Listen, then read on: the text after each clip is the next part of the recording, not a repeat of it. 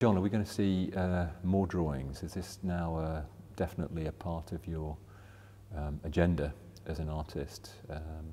In the past we thought of you mainly as a sculptor, but there are drawings that have been pouring out of you for the last couple of years. Will you carry on? Well, I've drawn for years, but I've never really, usually when I travel, they're usually made in hotel rooms and stuff. And this was the first time I actually went to a studio to draw, so it was quite intimidating. The next trip really is I want to go in the winter. So I've had to kind of, I was there in June and I've been there in October. They're very different. So I'd like to go in the middle of winter just to get to see the storms and stuff and see what happens with that.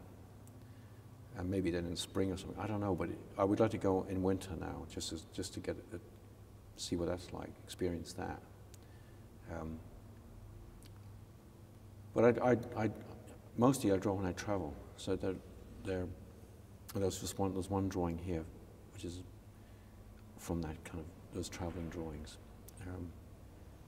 The only other time I was in Banff in the Rockies, and that's the only other time I actually drew in a studio.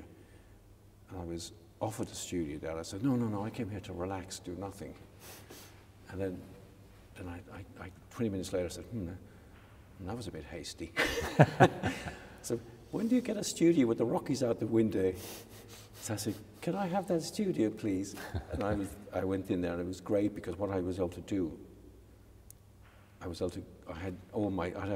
I was in such a rush packing, I just packed all the little drawing packages I had. So I had a whole lot of unfinished drawings from all over the place. And I had all these tables. So I just laid all these tables out, all these drawings. It was wonderful.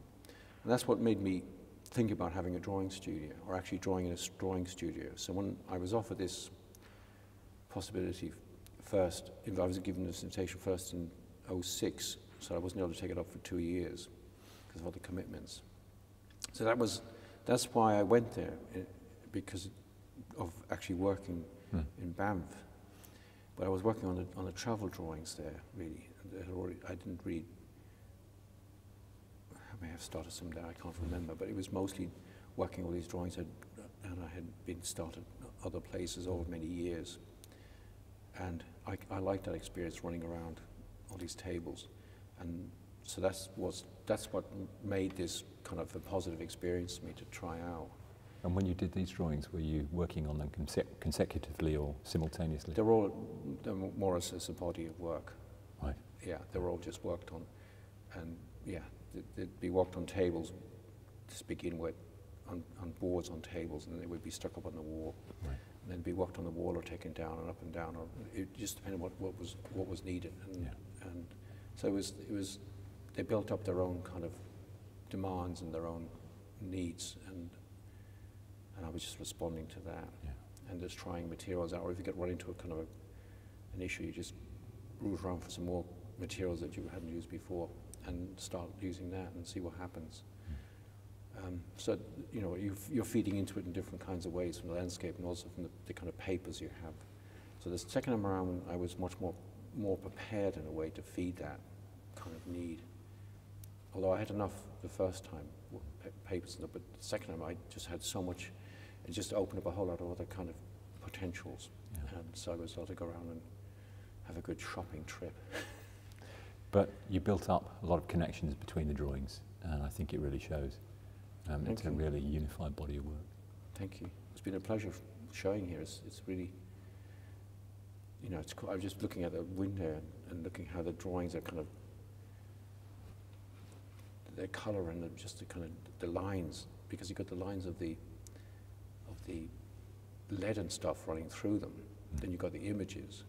So it's kind of curious because there's a number of dynamics going on there. And you've got the bars that are holding the whole thing together. So you've got, in those windows, you have at least 3 different dynamics going on.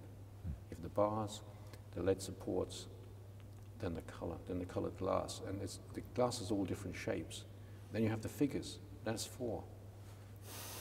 So that's quite interesting.